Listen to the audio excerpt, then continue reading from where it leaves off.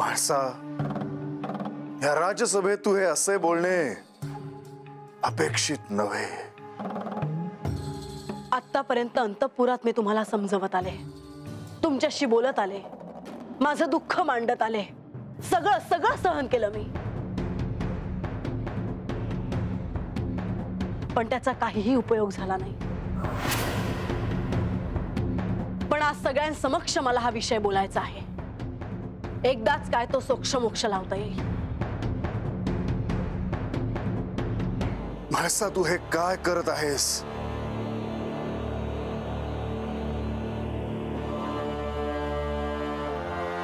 अहो, खाली बसा, मध्ये अडवू नका आणि काही बोलूही नका. अहो पण मी सांगितलं ना, खाली बसा म्हटलं ना. बानू, तू तुझ्या जागेवर जा. नाही, मला तिला काही सांगायचे आहे.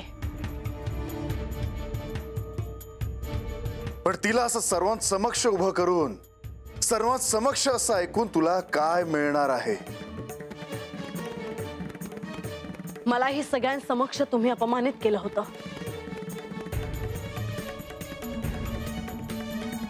सवत घेऊन आलात. माझं काय झालं असेल याचा तुम्ही कधी विचार केलात? सगळे कोणत्या दृष्टीने माझ्याकडे पाहत असतील, काय बोलत असतील माझ्याबद्दल मला ठाऊक आहे.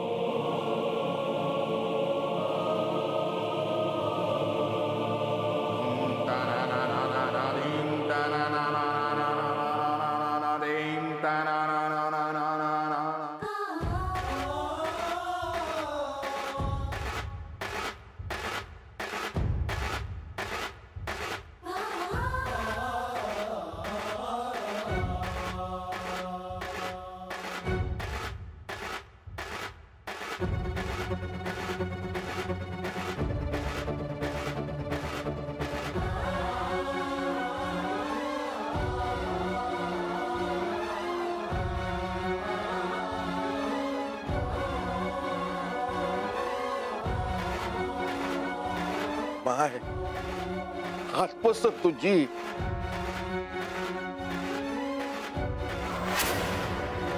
माया बानूची काय बी चूक नाही बघा.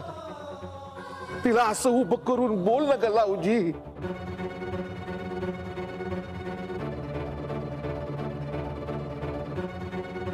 तुम्हाला जी काही शिक्षा द्यायची असेल ना, ती मला द्या. तुम्ही तिचे पिता आहात. तुम्हाला जेव्हा जे करायचे होते तेव्हा तुम्ही ते केले नाही. आता त्याचा काय उपयोग?